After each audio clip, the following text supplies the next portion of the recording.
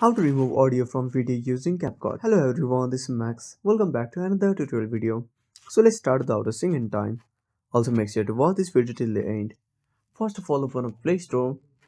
Now simply tap on the source icon at the bottom right corner. Now tap on the source bar and type CapCut.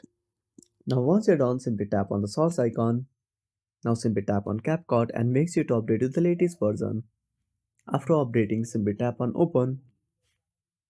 Now tap on Edit at the bottom left corner. Now simply tap on New Project. Now import your video. Tap on the video and click on Add. Now select the video clip. Now scroll to the right. Now simply tap on Extract Audio. Now tap on the audio. Now click on Delete. And that's it.